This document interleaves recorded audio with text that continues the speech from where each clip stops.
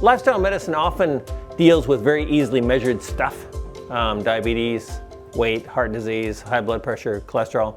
Autoimmune disease is not like that, and so it's quite a bit fuzzier, but arguably more important. So just briefly defining what lifestyle medicine is for those of you who aren't familiar with our terminology. It's the use of everyday choices in medicine. So diet, exercise, weight management, sleep, sunlight, heat. It's stuff that you can do yourself, what we sometimes refer to as grandmother medicine. And the evidence-based part refers to whether there's a background that makes it plausible that it will actually work. So it's not based on ideology or opinion or faith or emotions, because your disease probably doesn't care too much about your emotions, I would argue. Some of here would disagree with that. And it's typically used in coordination with other illness processes, treatment processes. That's important because so often in the lifestyle medicine area that I occupy, people often think that it's not part of general medicine, when we would actually argue that lifestyle medicine is the oldest component of medicine, and it should just be used with every other component. Whatever works for you is what should be used. It's not a us and them. It's not opposed to other more commonly thought of forms of medicine, and it should be monitored. If you're doing something using lifestyle medicine, you're not getting results, it's not working. And often there's a desire to believe that it's working, and I have people come in and they've been doing lifestyle medicine for X years, and their diabetes is getting worse and worse and worse, or their joints are getting more and more crippled, and I'm saying, but it's not working, and they're saying, but I read somewhere it's supposed to work, and I said, but that was 5 years ago, you're still not getting anywhere. So you need to use the same good sense that you would if you were taking a pill. Often it's overlooked how prescriptive lifestyle medicine should be. You should know what you're doing, why you're doing it, and follow results. And if the results aren't there, you should change it. So it needs thoughtful monitoring and dose adjustment. Some people need more exercise than other people, and so on. Some people can lose 5 pounds and reverse half a dozen different disease processes. Some people need to get really skinny. And so just to illustrate, I'm going to use a real-world case that we saw about a year ago. So a 70-year-old lady who lived alone, healthy. She actually had, I'm not sure she'd ever seen a doctor except for her children giving birth. That's how healthy she's been. No medicines, no routine follow-up. And she started feeling awful for a couple months. And to the point where she was getting fatigued, had to live with other family members, and was using a wheelchair. At which point, she even was willing to say, hey, maybe I need to see somebody about this. And so we did some tests, and she was having rapidly progressive kidney failure, which would eventually, well, actually relatively quickly kill her if we did nothing. And so admitted her to our hospital, and she had high-dose conventional medicine, corticosteroids and Rituxan. So we really knocked out her immune system because she had this thing called, used to be, when I was in medical school, it was Wegener's granulomatosis. And then somebody decided, because Wegener was a Nazi, we should call it something else. So now it's called granulomatous polyangiitis. But it's really hard for those of us used to calling it this. So we stabilized her kidney function and sent her home on high-dose steroids. Now, high-dose steroids, they were giving her sufficient blood sugar problems that she was having to take insulin injections, high blood pressure, personality change. I don't know if any of you have ever been on high-dose steroids, but it can make some people wacky.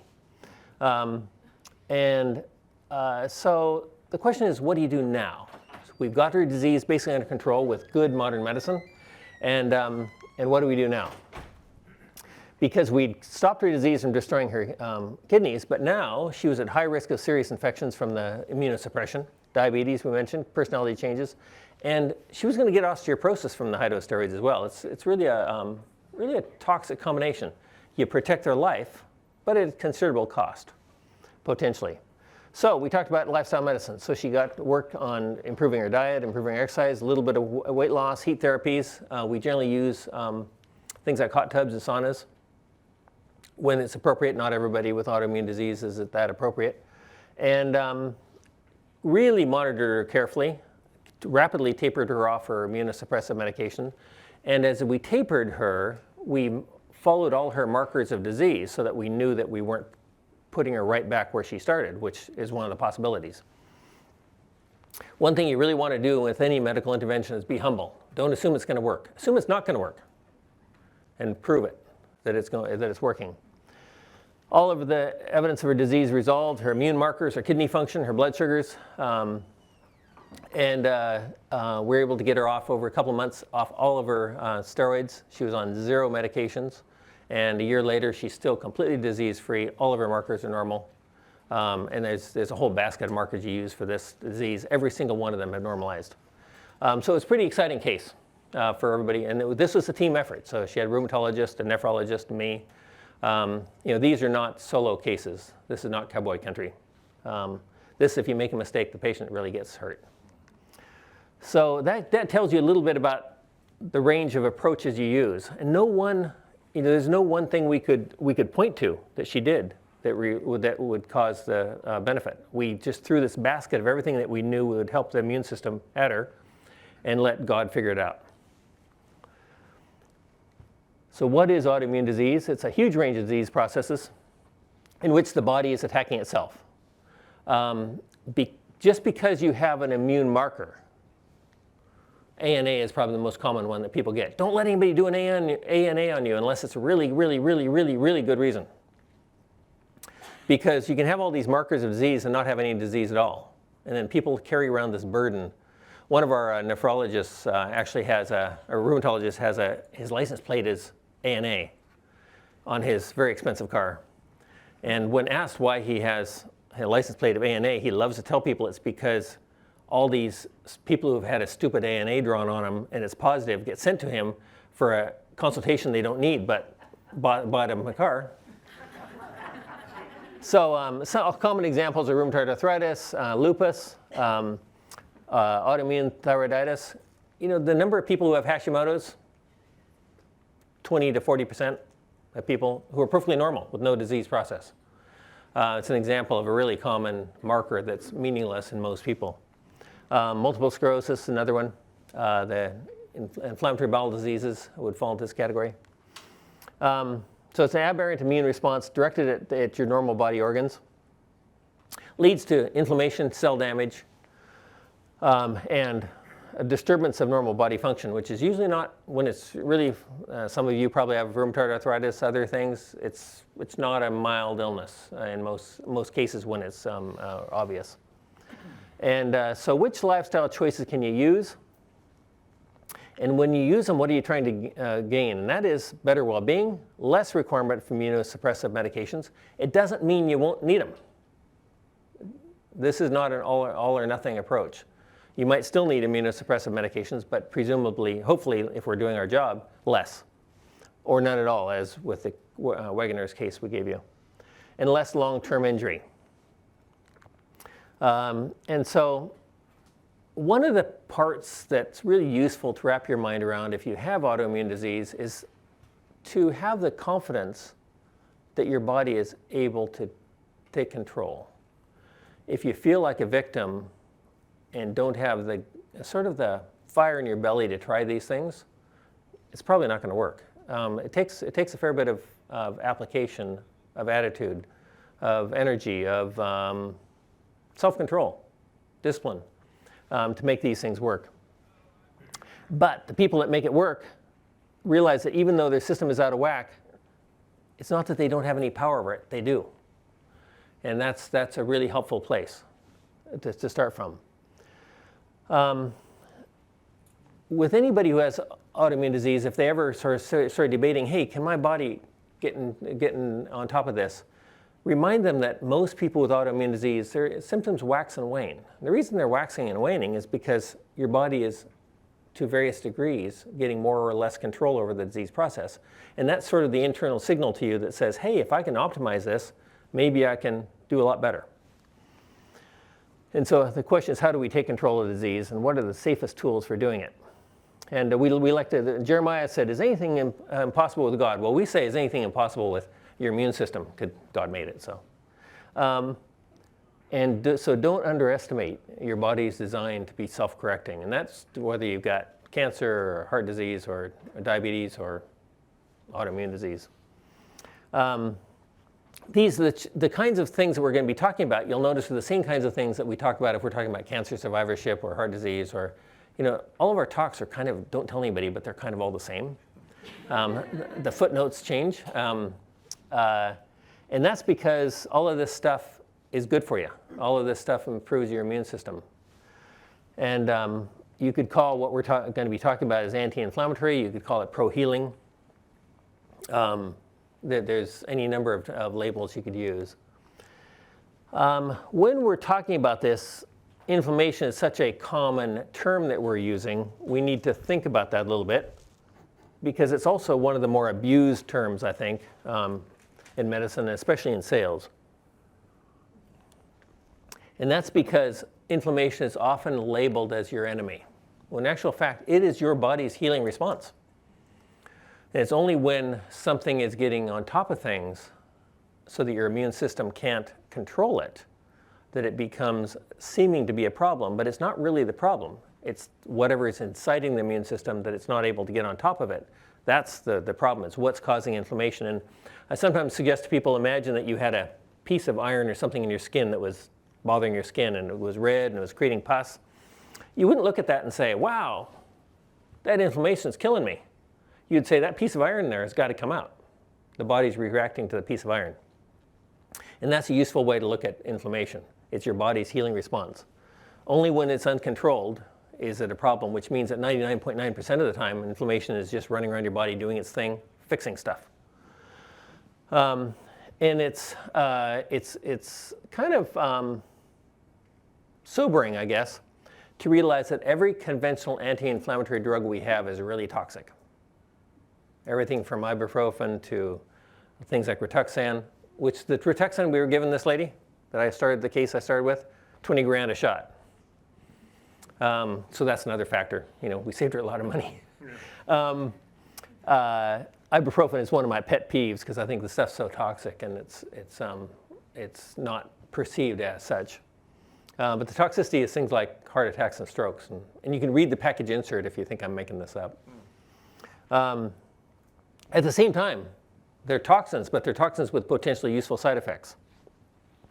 And one of the things that we use in ICU medicine is the claim that nobody should be allowed to die without a trial of steroids, without a trial of prednisone. And the reason is it can be magical when it works. So I don't want you to take away from the idea, you don't touch these things. No, they're great. They might be toxins, but they're great toxins. Like, your car can kill you too. You're still probably going to drive home tonight. But watch out for people who use the term anti-inflammatory when they are making it up. And that applies to most of the nutritional supplement world, I'm afraid. Turmeric is anti-inflammatory? Huh? If you can find anybody who can show it's anti-inflammatory, let me know, because I need to be informed. And most of the supplement world is like that. That they just make up terms, apply it so it sounds good. And now it doesn't mean that turmeric may not be good for you. I mean, I like curry. But it doesn't mean that it's anti-inflammatory. In fact, if inflammation is your body's healing response, if I'm correct about that, do you really want to take something that suppresses your immune system? I don't. I want something that's going to modulate my immune system and make it work better. But if somebody says something is anti-inflammatory, just to have a good time, you can just ask them to prove it. Because there's a basket of things. And that applies to diets. I see people coming in with being told they're on an anti-inflammatory diet. And I said, oh, tell me about your anti-inflammatory diet. And they said, well, I don't have any alcohol or dairy or gluten or coffee. And so I say, oh, are those things inflammatory? And they say, oh, yeah. I say, every single one of the things you just mentioned are actually demonstrably anti-inflammatory. Cheers. Cheers. And so make people, and that applies to me, it applies to anybody, make people prove their case. No matter what they're saying, if any professional, whether it's a salesperson or a medical professional or whatever, is making a claim, they should be able to support that claim. In our book, Good Food, Great Medicine, 4th edition, just as a little plug, there's pages 12 to 14 talk about the way to approach decisions in a critical thinking way. And look for anybody saying anything about anything, look for multiple lines of evidence, not one, and ask the person, are there opposing statements? So for example, I could give you a beautiful paper on coenzyme Q10, how it prevents myalgias from a group of drugs called statins. Well, there's one paper that says it works and every other paper says it doesn't. That should be mentioned if you're using the sales pitch. So think of your immune system as an incredibly flexible tool that you can manipulate to some degree. And when it goes haywire, when you start having rheumatoid arthritis or multiple sclerosis or something, there might be tools you can use to correct that maladjustment. And those tools that we know about so far are physical activity, diet, the microbiome, that's the bugs in your gut, your waistline, sunlight and heat, and sleep. And so the role of physical activity is really interesting just because it is so potent. And people often have this very narrow view of what physical activity does for them. In actual fact, it rearranges your hormones. It makes your immune cells work better. It suppresses the immune inflammatory response. It's arguably the most effective anti-inflammatory agent you've got. It's also arguably the most effective antioxidant you've got. So I see people being put on antioxidant supplements and they're not told to exercise. That's really dumb. This epigenetic regulation is really interesting, where your body has the ability to turn on and off genes, and exercise is one of the tools. It also improves your microbiome, and we don't really know how or why, but it does. Oddly enough, there is a level of exercise that probably is harmful. We don't talk about it too much because so few people are likely to get there. But if you're somebody who runs 20 or 30 miles a week, maybe you're getting into the area where you're going to have more atrial fibrillation and more accelerated heart disease and so on. It's kind of interesting. There seems to be excess of everything. I'm really glad I don't reach that point.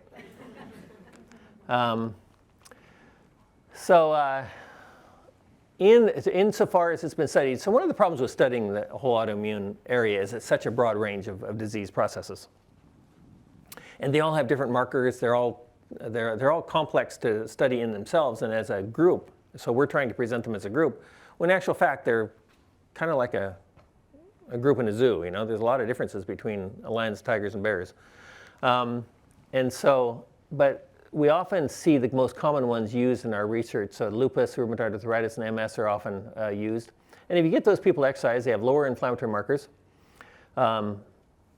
They have better physical ability, less pain, better aerobic function, better mood, better sleep and fatigue, less joint disease, and in our practice, often dramatically lower levels of medication use, which is sort of one of the key factors we look at, because we want people on as little immunosuppression as we can see. Plus, a lot of the more current immunosuppressants are really, really expensive.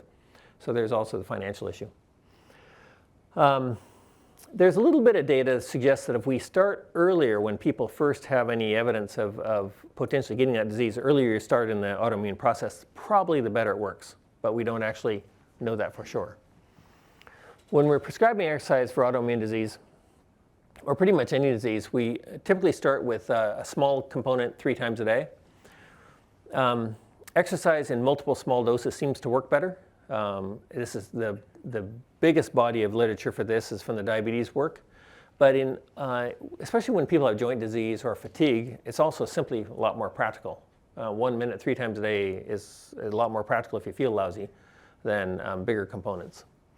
They're also, who can have an excuse not to do 1 minute 3 times a day? Your options for getting out of it are pretty slim. So it's also practical. We like to ask people, first of all, what can you do? If somebody is used to not doing anything more than going to the mailbox, we start with that. We then try to get some upper and lower body exercise going. It might be as simple as getting out of a chair 5 times in a row. And then start doing enough to get short of breath. If you're not getting short of breath, you're probably not exercising, is the way we see it. And it's not uncommon for us to use a physical therapist or an experienced physical trainer to help a patient figure something out. And that's a really good tool. But however you do it and start today. I wrote an exercise prescription for a patient this morning, and they said, oh, I'll start tomorrow. And I was thinking, are you listening? Why would you wait until tomorrow? This is we perceive this as kind of life and death stuff. And so that leads us to this, what divides the patients who are successful from the patients who aren't? Now, sometimes we're just wrong. Sometimes it's my fault. Sometimes their disease is beyond what we know how to deal with. We have our limitations. But more often, we see things that are because the patient just can't wrap their mind around the use of lifestyle medicine. And so the ones that are successful think like victors, not victims. How am I going to win this battle? It's a tough battle, but how am I going to win? Because what choice do I have? If you got a bad disease, not a bad place to start. What can they do at home with minimal equipment without changing clothes? In other words, the patients that say, you know what, I can't exercise unless I get down to the gym, we've almost always lost them right out of the chute. When you're trying to treat a disease, you really need to, unless you sort of live next to a gym or something. They plan it and they make it a priority, much like they're cooking. They find a program that's not painful. If something's not working for you, find something that is. That's dumb too. Involves upper and lower body. They don't make excuses for doing it at all, and they don't make excuses as to why they're not short of breath. You got to get short of breath. Have I mentioned you have to get short of breath? Because we're pretty sure you have to get short of breath. Short of breath is a good idea. So now we're going to talk a little bit about diet. So the most successful intervention appears to be Mediterranean-style diets, but pretty much any whole food diet seems to help autoimmune disease. And so any whole food. So basically, if people make more of their own food, even if they're vegan or whatever, it seems to help. The reason we do the Mediterranean-style diets, A, it has the strongest evidence for autoimmune disease by far. Secondly, it has a much broader range of benefits in terms of cancer outcomes, heart disease, type 2 diabetes, weight management. Thirdly, it's omnivorous, so it's frankly more easy. It's easier for people to pursue because it involves fewer limitations. And so many of the studies on the Mediterranean diet comment how people are able to stay on the diet more successfully than other diet approaches. So that's a kind of a benefit as well.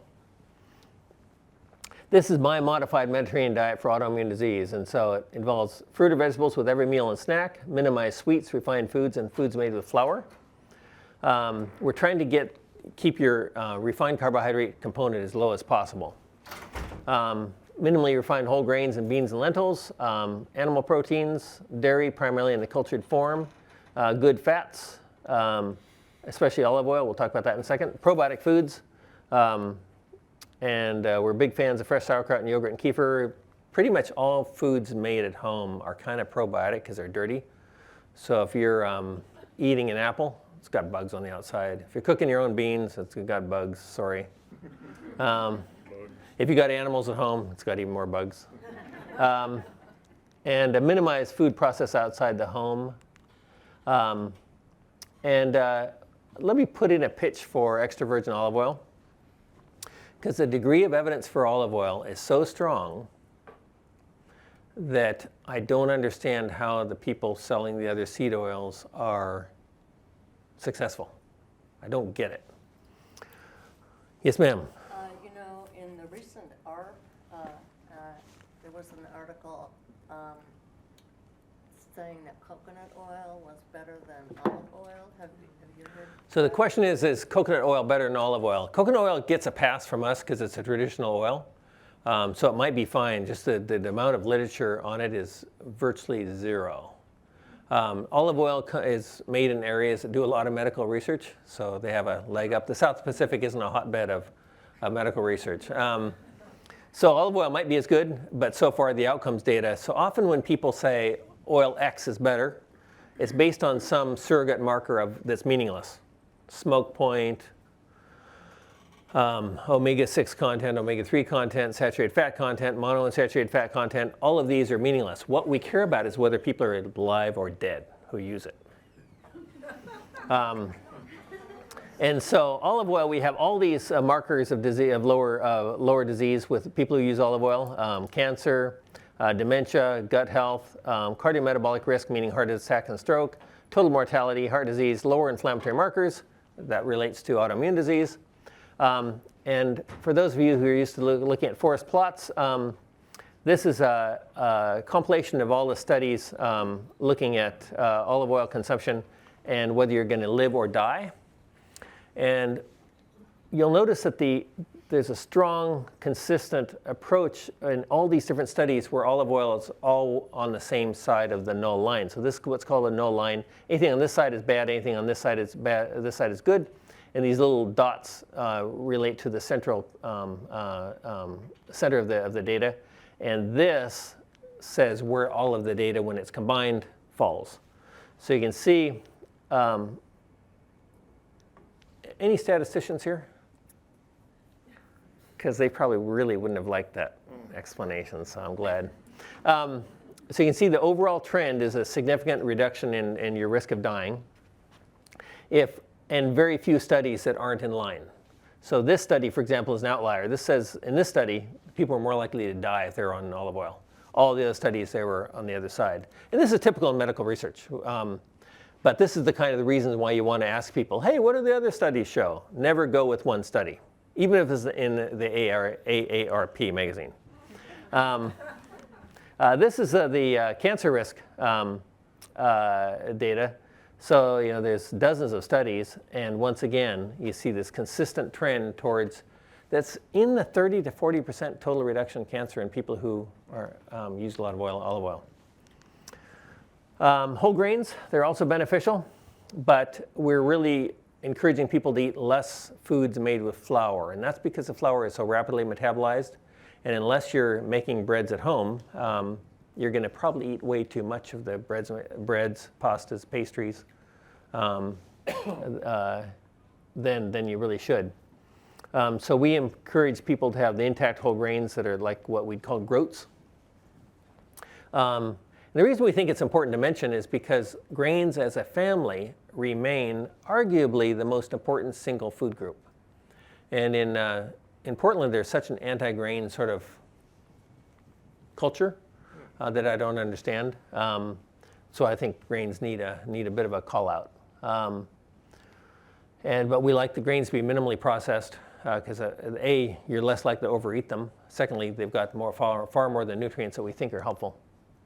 While we're talking about this stuff, let's think for a second about the dangers of highly processed foods. So foods manufactured outside the home go through a process that's higher temperature, higher pressures than anything you get at home. And this creates this whole new family of chemicals that's referred to as neonutrients.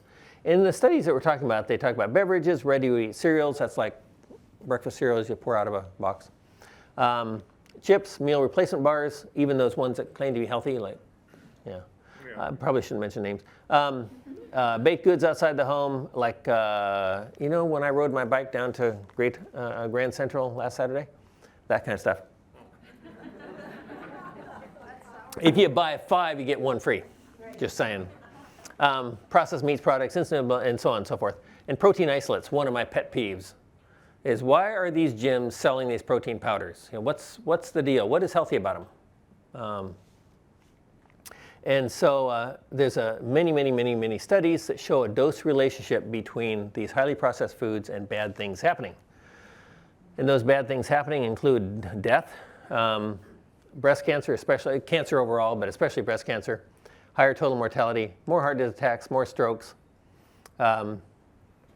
And each of the studies I'm mentioning here show a dose relationship. In other words, the more of these foods you have, the more the harm. And when you see a dose relationship in research, that is strongly indicative of the fact that the research is probably for real. If it's a scatter and you just have a couple of points that are bad and a couple of points that are good, you can safely ignore that research. The highly processed food research is pretty consistent. The problem is that the medical community, the naturopathic community, the dietitian community, they all pretty much are heavily in bed with the processed food industry for a variety of reasons. One is convenience. One is patients like it. One is, are you really going to ask people to cook? Because that's the only alternative. You got to cook. You've been a very well-behaved group so far. Is there any questions or anything? Give me a break. I need a cup of coffee. Yes, ma'am. As far as extra virgin olive oil, there are so many different kinds on the market. I mean, is there one that's better than the other? I don't think anybody. So the question is there one extra virgin olive oil that's better than all the others? I don't know the brand, but I mean the way it's processed. Yeah, so extra virgin olive oil, if it's true extra virgin olive oil, it's all been processed the same way it's been processed since the dawn of human time. They take olives, they squeeze them in some form or another, with or without feet, and the oil comes out and they bottle it for you. So the processing is all the same. The problem really is whether we can believe that it's extra virgin olive oil, and so we encourage people to use the olive oils, California, Oregon. The Durant is what we use. It's made in Oregon. You can go down there in November and watch it being squoze. Any grammaticians in the audience? Squoze. I'm pretty sure squoze is the word. So we would, and that's only because it's apparently more difficult than you. I can't figure out why it's so difficult to figure out whether the oil that you're using is extra virgin olive oil or not. But apparently it's very challenging. So you have to trust the manufacturer. And so that's why we recommend the American ones, because there's a real problem with the European olive oil consortiums, apparently. I don't have any good evidence. Dr. Hassel mentioned whole intact grains. There's someone here today who just picked up a bag in our clinic.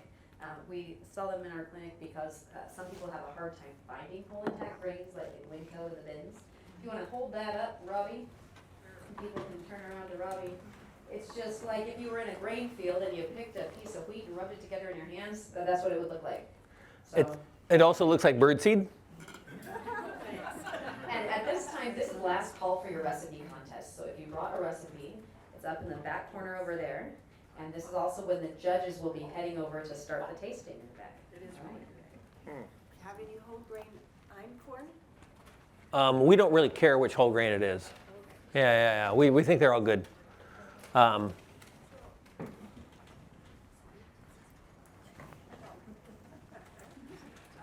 you say whole grain, I mean, I know it's like you know, but when you say whole grain,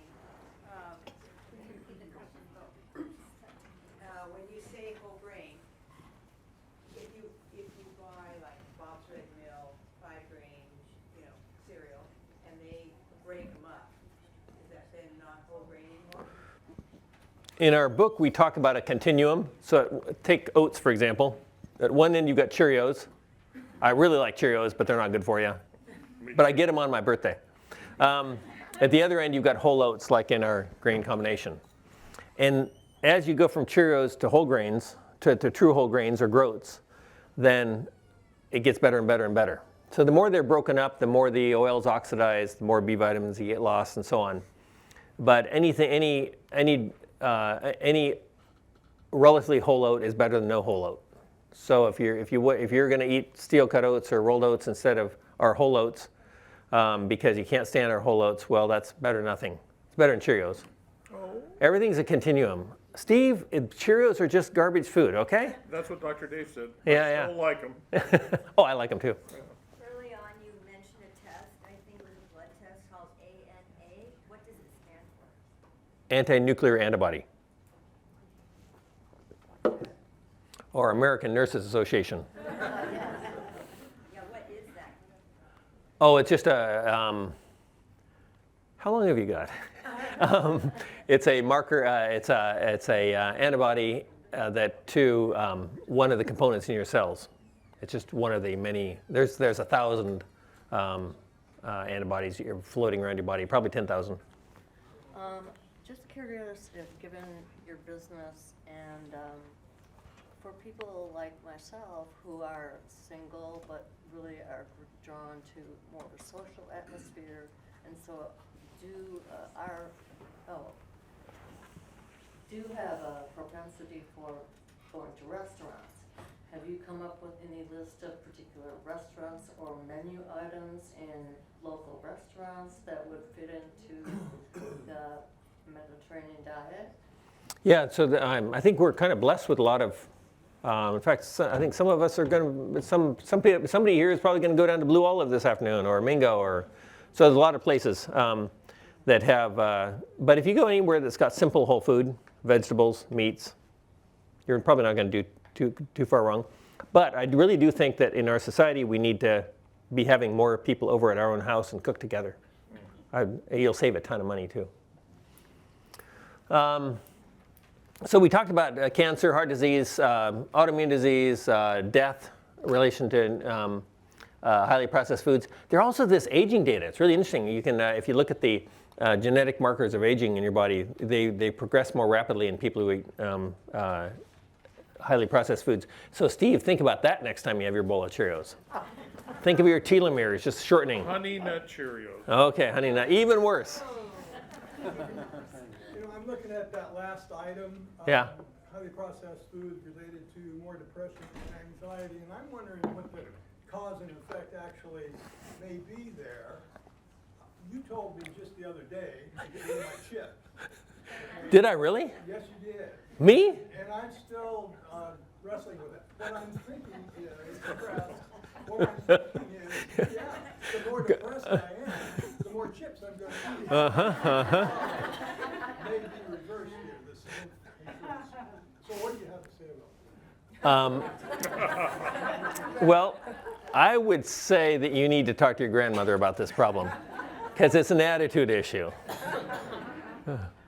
Yeah, but it's really interesting if you look at and this talk isn't about depression and anxiety, but if you look at the depression and anxiety data, the most successful management tools for depression and anxiety remain exercise and a good diet. In regards to olive oil, two questions about it. Is there kind of a minimum amount you need to consume to get the benefits from it? Or is it that you're using the olive oil in place of other, like canola oil type oils? So first of all, we'd use it and replace instead of the seed oils, because the seed oils really aren't, we've got pretty good data that says they're just not good for you. I don't have that data in this talk. But there's something called the Sydney Heart Study and there's Minnesota Heart Study where the people on those oils actually had a higher death rate. And there's a whole plausible biological mechanism for that. So we would say those shouldn't even be in the kitchen, personally. As far as the dose goes, the dose relationship seems to start around 7 grams per day per person. So 7 grams is 2 teaspoons. And there's a dose relationship around that amount. And I don't know why they started measuring that amount, but that's, whether there's a maximum, who knows. But in the Mediterranean countries, people apparently, they drink it by the ounce. So it's still 200 calories per tablespoon. Never forget that. So I hear whole foods, but I'm really wondering about clean foods without pesticides. I mean, that's something. I hate to tell you, but I can't find any evidence that organic makes any difference at all. So I'd prefer to see people eat any broccoli than organic broccoli. If you want to buy organic broccoli, that's great, but that's not what I would hang out for. I'd hang out for good whole food that you cook yourself at home. I think that's where we have the data. Whether over time we're going to find out that organic makes a difference is to be TBD, but for now, at the very least, cook yourself, cook whole foods, cook them at home. What are your thoughts on if you have bad gut buddies, you're making poor food choices perhaps, and when you improve your gut, you're making better food choices? Is that like your gut's telling you what you want to eat basically? Yeah, and I don't know if that's real or not. It might be. You know, it's a chicken and egg, I think. I would bet that You're just making better food choices and the gut's better. But maybe there is, the whole gut microbiome thing we'll talk about in a second, but it's pretty complicated and nobody really knows, as far as I can tell. How do you go about to balance keeping an open mind when you research some correlation and finding mature research?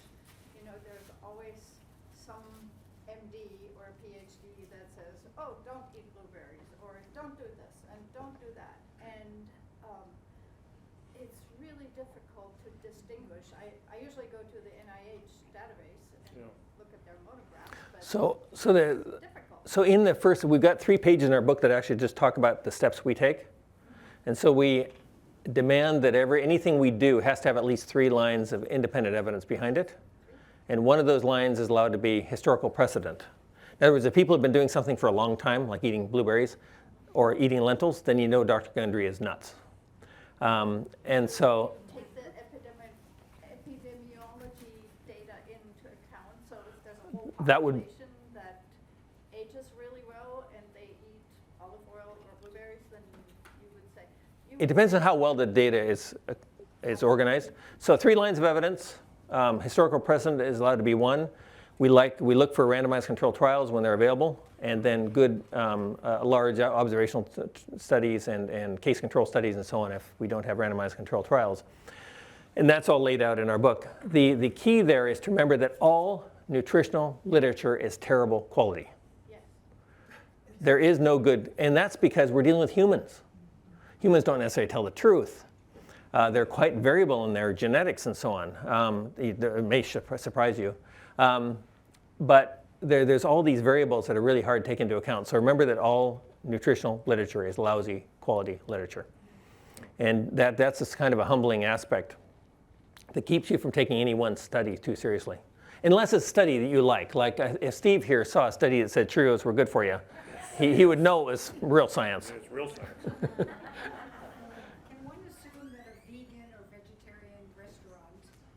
Can one assume that a vegan or vegetarian restaurant is okay according to your standards?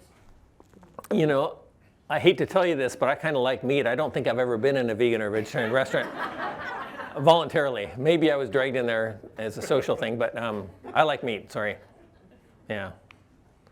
So I would tend, most Mediterranean places, you know, they've got vegetables, they've got meat, I'm happy. I have 2 questions. Rolled oats and steel-cut oats, are they equivalent to oat groats in terms of? No, as soon as you break the grain up, you're going to have oxidation taking place that you would be suboptimal, but it's still better than Cheerios. Yeah. The second question is, you know, you talked about there's no anti-inflammatory diet. Oh, yes, there is. Oh, okay. Mediterranean diet. Okay. Mediterranean So diet, if someone like eats gluten and they feel bloated or they get gassy, flatulence, what do you think that's due to? That's due to the fact that their gut doesn't like whatever they're eating. Okay. And so if we can get them off flours and improve their microbiome, often we can overcome that. Yeah. Some people just don't tolerate strawberries, or they don't tolerate gluten, or they don't tolerate anything. Right. There's any number of things that people don't tolerate. But usually when we can work on their gut, which is the next slide, then we can often overcome that, but not always. Okay. If we were smarter, we could, but we're not smart enough. So the microbiome is the population of good the population of microorganisms in your gut, good or bad, but we like to think that we're only talking about the good stuff. And it has huge range of beneficial immunomodulatory effect. That means it modulates how your immune system responds, which is what this whole thing is about. And for some reason, it's associated with less obesity, better blood sugars, and so on. And we really don't fully know how to achieve this. The broader a range of buggy foods you eat, that appears to be better. That's why, for example, we don't use probiotic supplements because they tend to narrow the range of gut bugs. So we go for as broad a range of cultured foods as we can. Whole food diets, lots of fiber, seem to give better bugs. Traditional fats give better bugs. Apple cider vinegar and wine both seem to improve the microbiome. And exercise improves the microbiome. And there was a little too much enthusiasm out there when I said wine. But Miles, there was a question when people walked in about wine. Someone had seen an update on YouTube about no wine is better than a little bit of wine. Can you address that? so the question is, when you're looking at something like wine, what are you measuring? So we always start with total mortality. And so the question is, do wine drinkers who drink moderate amounts of wine live longer than non-wine drinkers? And I think it's a pretty safe comment that they do. And there's a podcast called The Four Top, where another doctor and I both went into literature in some detail. Sometime, I think it was late last year, I can't really remember when. And so if you want to sort of see that detail, then that might be helpful for you. People who drink too much don't show up for studies. So that's a problem. So the waistline. What about your waistline? So, kombucha is another good one. The reason we don't mention kombucha is so many of the commercial kombuchas are just loaded with sugar. Yeah.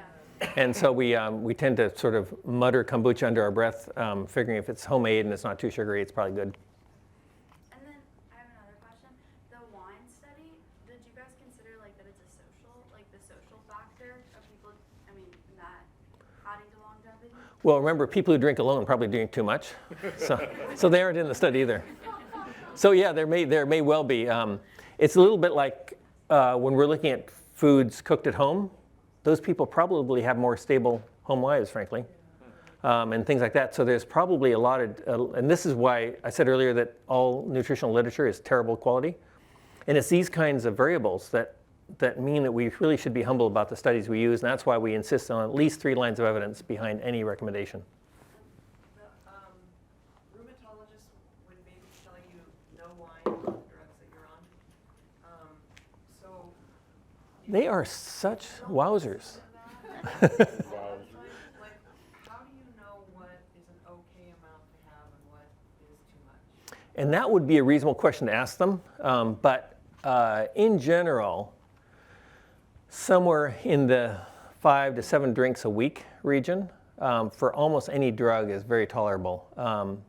And it's a liver metabolism effect. In fact, small amounts, but I would check because there'd be variations depending on the drug. For example, there's some of the antibiotics we use where if you drink with them, and there sometimes you use them in college kids, and it's really fun because you tell them not to drink and they do, and they just feel awful, start throwing up and stuff. Did you drink? So sometimes it's really sensitive. Generally speaking, I can't think of any RA drug that would be that sensitive. But it's interesting because small amounts of alcohol also improve liver function. So there's this, in almost everything in biological medicine, there's a U-shaped curve. You could also call it a hormesis curve, where a little bit's not good, a bit more is good, and too much is too much.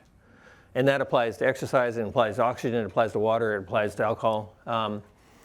And so you want to find that area, but it's really interesting because alcohol is a liver stimulant until it becomes a liver toxin. And so having that little bit actually probably improves your metabolism. Am I making any sense at all? Yeah. Okay. So what do you do if you're alcohol intolerant? You don't drink. Sorry. I didn't mean to make fun of your question. What was that? What do you do to stimulate your Oh, livers work just fine without alcohol. Yeah. What about gin or bourbon? We're getting the weeds here. The actual distinction between the forms of alcohol are actually not very strongly illustrated in the literature.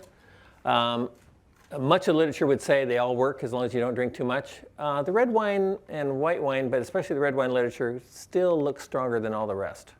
There's something called the Morgan study, M-O-R-G-A-N, that's 11,000 people followed for maybe 15 years, I can't remember how long. That's kind of really was one of the best to split up the different forms of alcohol. And I think consistently in the literature we get the signal that wine is probably better. The other thing is, like I've run into a lot of women, especially who drink too much white wine. And so I say, well, switch to red wine. They say, I don't like red wine. And I said, well, the problem is solved. Done.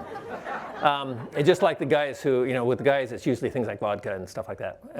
But for women, it seems to be white wine.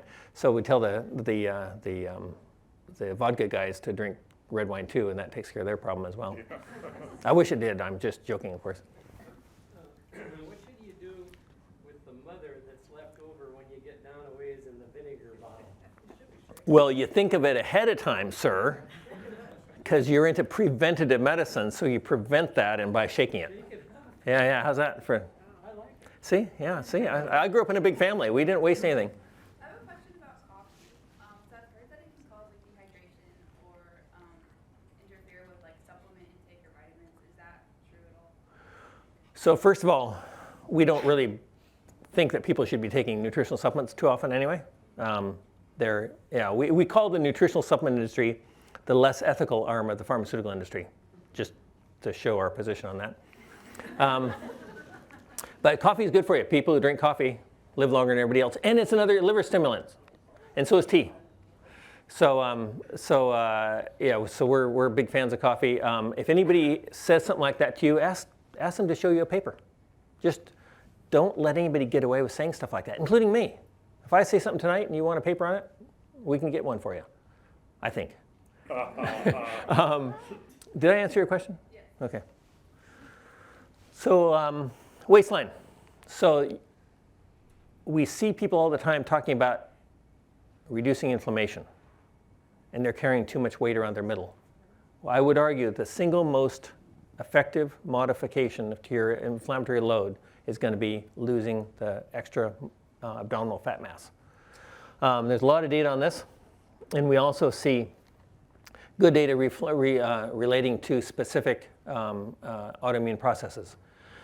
So we're pretty sure that that's a consistent finding that really makes a difference, and certainly in our patient population, the getting to a close to an ideal body weight seems to be a really important factor. And probably more in some, like our impression is, it's more important for our MS patients than for some other patients. But don't overlook the fact that your extra abdominal fat mass messes up your hormones, messes up your immune system in various ways. In fact, if at the beginning of the COVID epidemic, when it rapidly became evident that the people who died, 70 or 80% of them were overweight and had complications of being overweight, if we had just addressed that right away, who knows how many lives we would have saved. Instead, it wasn't politically popular to say people, lose weight and your immune system will work better. Bonnie, did you have a question? Do you have a handout, or could you at some point provide a handout for some of the exercises that people who have a lot of pain in joints, hips, knees, where like the smash ball or what's that long? Body blade? Yeah, I mean some of those things. Are you critical of our body blade? It didn't work for me. Yeah, that's where we send people to PT and PT. To lose weight in the middle? No, to find exercise programs that will work for you. Okay. Yeah. So everybody's got their own disability, let's say. And we especially like, any PTs in the room? Aha. So we tend to like PTs that are over like 40. So you're too young. But PTs are used to this way more than I am, and they can usually find things that are going to work for you and keep working with you until they find a system that'll work. But what you want to do is find something that you don't have to go to the PT for. The things you can do 3 times a day. Have I mentioned 3 times a day? Did I mention shorter breath? Good. 3 times a day at home. But we tend to just deflect all that to physical therapists because we're kind of lazy. Especially people who don't like our body blade. So how are you going to reduce your waistline?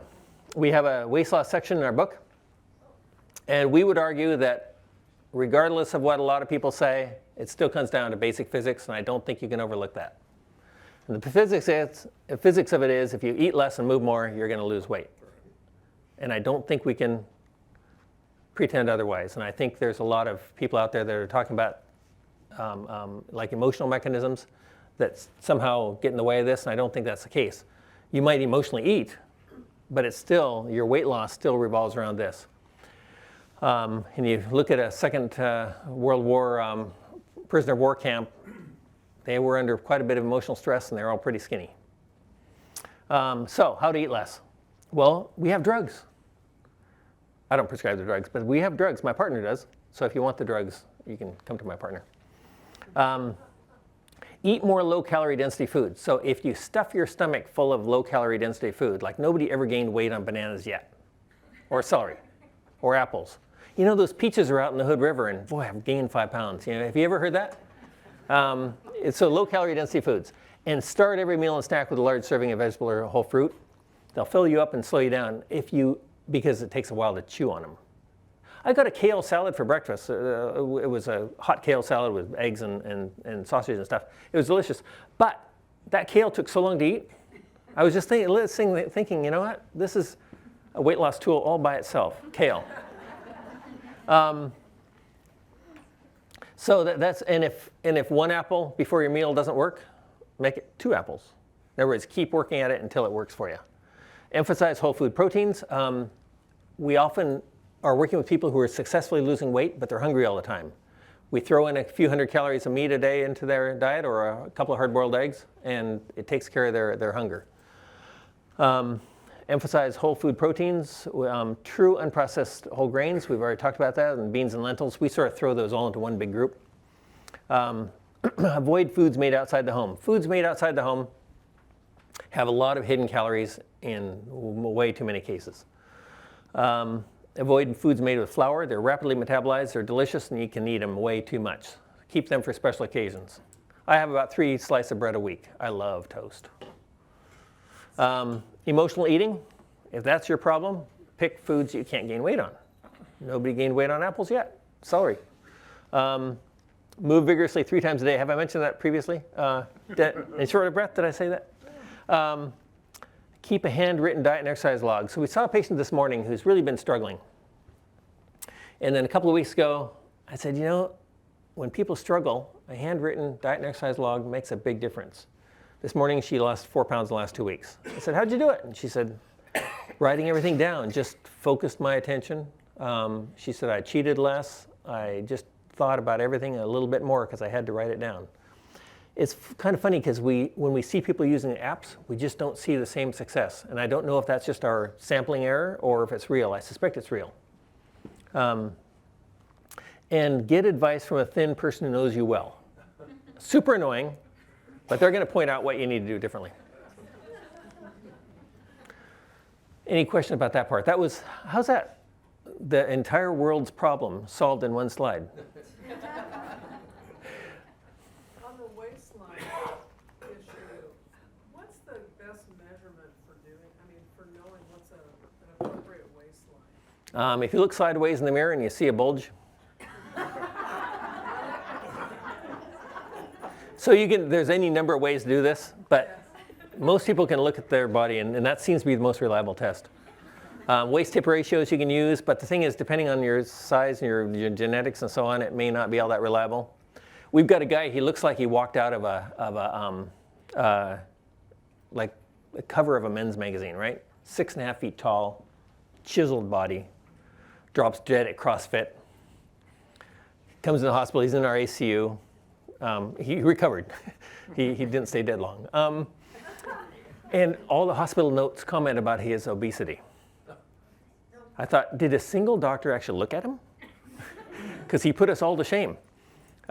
Because he had so much muscle, his BMI had him in the obese range, and they just read off the computer stats. So, if you got a belly, you can see you got too much belly. I think that's by far the most reliable. Yes, ma'am. Can you comment on how much protein someone should get and if it should increase as we age? So I think it's reasonable to guess that at least 1 gram per kilo body weight, so at least 70 or 80 grams a day for most people is probably pretty reasonable. More of that, some people feel better at more, some people don't. And as we get older, you want to maintain muscle mass, so you want to keep up your some kind of resistance training and maintain your muscle mass, which you can gain at any age. A lot of people say, well, you can't gain weight at, gain muscle mass when you're older, and you can. And that's a really strong indicator of like death, things like that. It's also a strong indicator of recovery from surgery. So if you're 80 years old and fit with some muscle mass and you get an appendicitis or something, you're more likely to survive. We just had an 86-year-old get a hip replacement. Well, he spent the last 6 years improving his health, lost 50 pounds, reversed his diabetes. He's 86, 45 minutes on treadmill every morning. He just breezed through his hip replacement. It was so much fun. Popped in the next day with a cane, twirled the cane in the air. I've lost track of your question. I'm sorry. Oh, just do we need more protein as we age? And probably you need more protein as you age. And it may be that you need more attention to protein. It's possible that as we're younger, we just tend to eat more of the high protein foods. As we get older, people tend to maybe eat lower protein foods. So I don't quite know how that works, but maintaining protein with every meal and snack is not a bad plan. Sunlight's really interesting. The strongest evidence around sunlight is for multiple sclerosis. So people who grow up in sunny environments are much less likely to get multiple sclerosis than people who grow up in Portland, Oregon. And what's interesting is it looks like if we treat MS with sunlight, we improve outcomes as well. And so the question is, with all these things, is what pathways are involved? Is it, and referring back to the earlier data, that the discussion that all lifestyle literature is bad quality literature. There's all kinds of reasons why people might get sunlight that relate to their social situation that may affect all these issues. But sunlight, the data for sunlight as being beneficial is pretty consistent. I'm going to show you some more data. And it looks like non-vitamin D pathways are involved. So remembering that sunlight does a whole ton of stuff to your skin when it hits the skin that's beneficial. It's not just a vitamin D effect. Define sunlight in Oregon. The only sunlight we get is between June and maybe September. Yeah. And so sunlight between June and September appears to be probably enough. Remember, some of the most productive people on the planet came from like Scotland and Norway and stuff. And think of Grieg. Think of that gorgeous music. If it hadn't been for all those long, dark winters, we may never have heard that. So sunlight raises vitamin D levels. And it's worth remembering, of course, that vitamin D supplements don't seem to work. Almost every study where we correct vitamin D levels with supplements fails to show a clinically evident improvement, even though if we look at people's vitamin D levels, the higher their vitamin D level up to a point, generally speaking, the better their health outcomes across cancer, diabetes, multiple sclerosis, you name it. But the sunlight does all kinds of other things, and we've got a whole list of those things there. But of course, it also causes melanoma and aging skin and cataracts. So let's look at that a little bit more. So this is there's a couple of different studies in Sweden. For some reason, the Swedes really are into this thing. And remember, they're dark most of the year. And people who had the highest sun exposure lived significantly longer, up to about 2.1 years longer than the people who had low levels of sun exposure. And in the world of epidemiology, these are big numbers. And you could argue that the degree of harm caused by not getting sunlight was similar to that as if they had started smoking, just to put it into perspective. And so we see multiple studies along this line. So in this related study, the same Swedish group looking at this, they looked at whether people who had a history of melanoma or even non-melanoma who had sun did worse, and they did not. In fact, they arguably did better. And so the idea is to get small amounts of non-burning sunlight in the sunny months with as many square inches of your skin exposed within whatever is socially acceptable in your situation. But it's the square inches that are going to give you the extra benefit, as far as we can tell. One of the naturopaths I work with made the interesting observation that said, historically, white people had low vitamin D levels in winter and in northern climates. low vitamin D levels in winter and high levels in summer. That's not necessarily a bad thing. Maybe our bodies are designed to have this fluctuating level of vitamin D, for all we know. So we don't get too fussed about trying to level it all out. Bonnie. Does it matter if it's early morning sun or late day sun? Oh yeah, so we're talking about midday sun, sorry.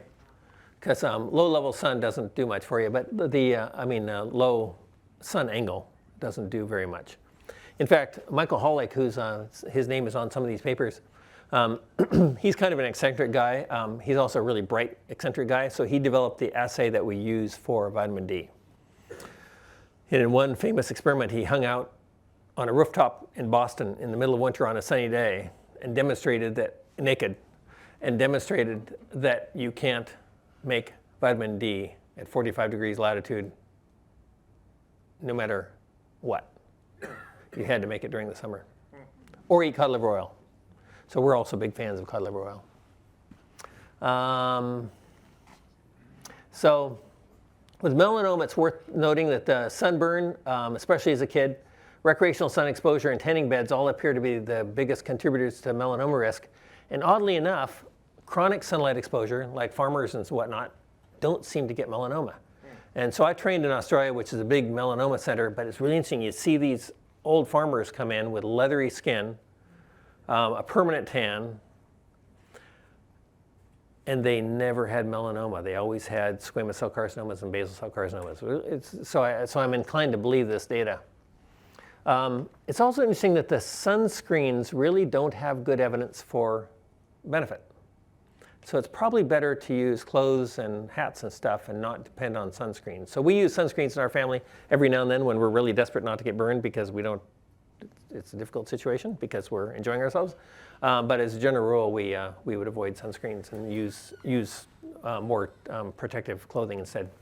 So would you say that 10 to 15 minutes specific to SLE, would that be safe? We think it'd be safe, yeah. Whereas, say, an MS patient, just to give you some sense, MS patients don't do well when they get hot. So some of our advice in this area, especially when we get to saunas in a second, doesn't apply to everybody. Remember, everybody's an individual, and so don't forget that, and don't pretend that I know more than I do. You briefly said something about cod liver oil. Do you say that in place of vitamin D? Or? Yeah, so we don't particularly recommend vitamin D, chemical vitamin D supplements at all, but we would use either sunlight, oily fish, cod liver oil, or for bonus points, given that this is Portland, if you put a cookie sheet full of mushrooms out in the sun for an hour, they make 5 or 10,000 units per cup of mushroom. Can you beat that? Isn't that hilarious? So sun-dried mushrooms? No, it doesn't have to be. It's sun-dried, fresh, doesn't matter. There's a chemical effect in mushrooms. Now, whether it relates to better health outcomes, we have no idea, but it seems pretty neat to me. Speaking of bonus points, before we wrap up the last few slides, we have a winner to announce. Dagmar Kinney, will you please stand up? Dagmar. Yay! Go ahead and pick up your prize. You're going to see Dagmar's green bean and egg salad with mint recipe in a future newsletter. So on your way out, don't forget to get your prize. Okay. Sunlight. So I guess we've talked about a little bit of sunlight. Don't get burned. Maximum square inches for maximum benefit.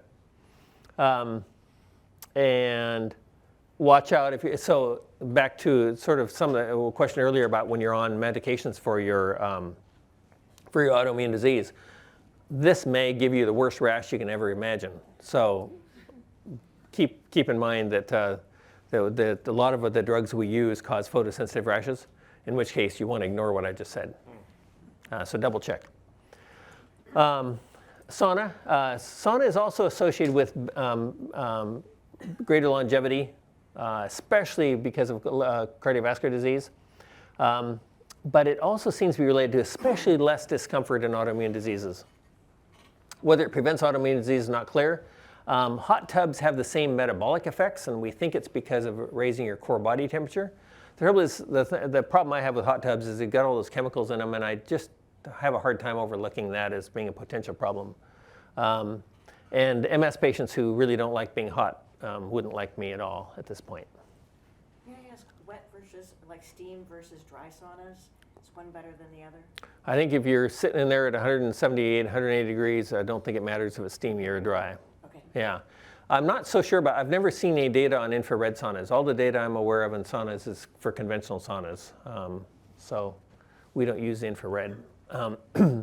I suspect that core body temperature, like if you went and took your temperature before you went into an infrared sauna and then afterwards, and your core body temperature went up by 1 or 1.5 degrees Celsius, then it probably would indicate it works. But I've never seen anybody do that.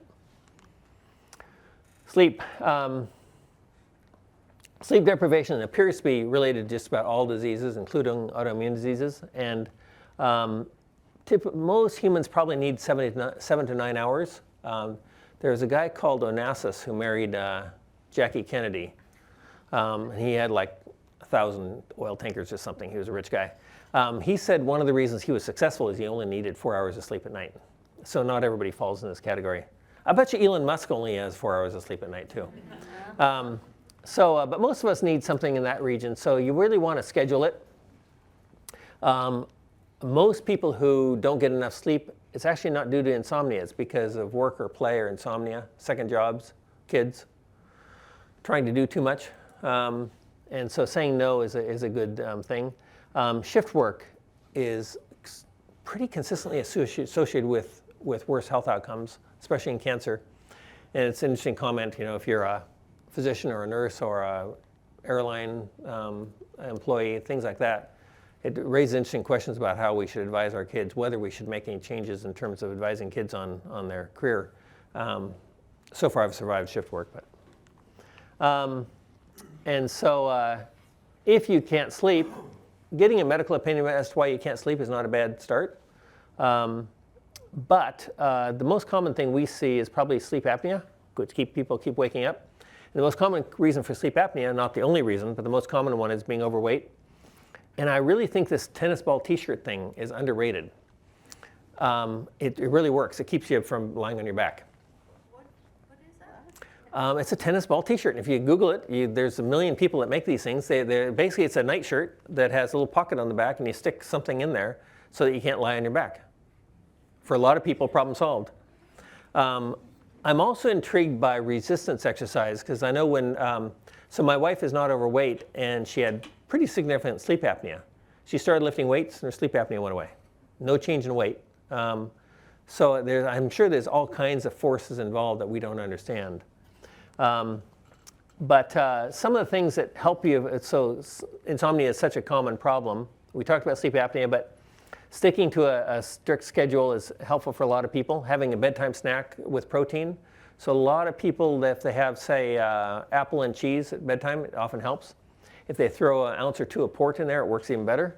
But if they have 2 ounces of port, maybe 3 ounces, 4 ounces, it might disturb their sleep. So very much alcohol seems to mess up your sleep.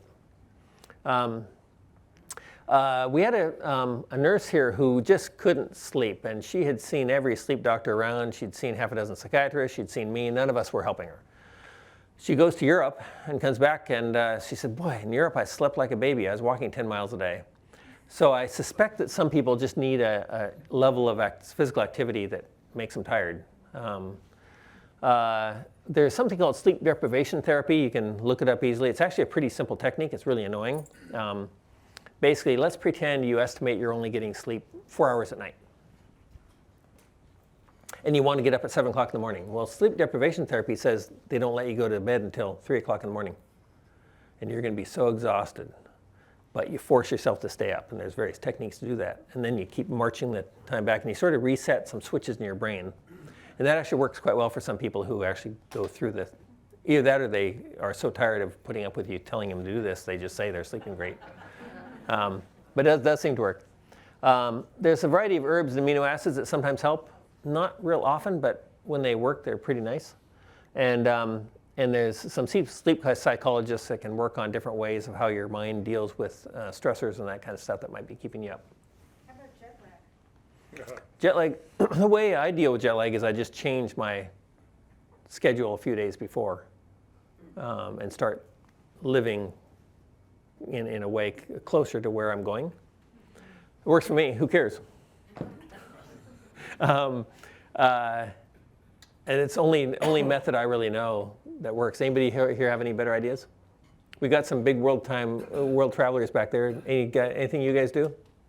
No? I was Okay. gonna say, there's this app now that can tell you when to start, like, be out of the sunlight a little earlier, so that you go to bed earlier. It helps you adjust. So you're setting your clock to the place, to your destination. A few days before and a few days after, it'll kind of help you adjust. I also have heard by, if you go to a different time zone, if you make sure you get up early and get some sunshine early in the morning, that can help. Good point. And my latest trick, which came from a GI doctor, was to maybe move towards soups and more easy to digest foods, because transitioning your gut over to handle the different, to when you sleep, you're trying to eat, that can be quite a lot of resistance, so that's what to try. Huh. That's interesting. Thank you. Any other tricks? This is not a trick, just a question. What's the correlation between sleeping on your back and sleep apnea? You just mentioned that pretty much. So a high proportion of people who have sleep apnea don't have it unless they're on their back. And it's because of how their tissues in their back of their throat plug up, so to speak. And if they sleep on their side, the airway opens up. Doesn't work for everybody though. A lot of people have sleep apnea in any position. I've seen, my son has sleep apnea, and I've seen these like commercials for palate correctors that open the airways. What do you think about those? Yeah, there's a dozen techniques. There's even a little pacemaker you can put that sort of adjusts the muscles in the back of your throat. It just sounds awful. It's also really expensive. So there's many, many different techniques. And I'm not a sleep doctor, so I'm not the one to comment on that stuff. Well, I was just gonna say, I don't know the age of your son, but just a personal thing. My son, when he was a teenager, his orthodontist noted that he had a really narrow airway, which makes you prone to sleep apnea. And I said, yes, he probably does have sleep apnea. I mean, I wasn't 100% sure. But they did a procedure when they took out his wisdom teeth and when he was doing his orthodontia to adjust his palate. His palate? To your lower jaw forward to Oh, wow. open his airway.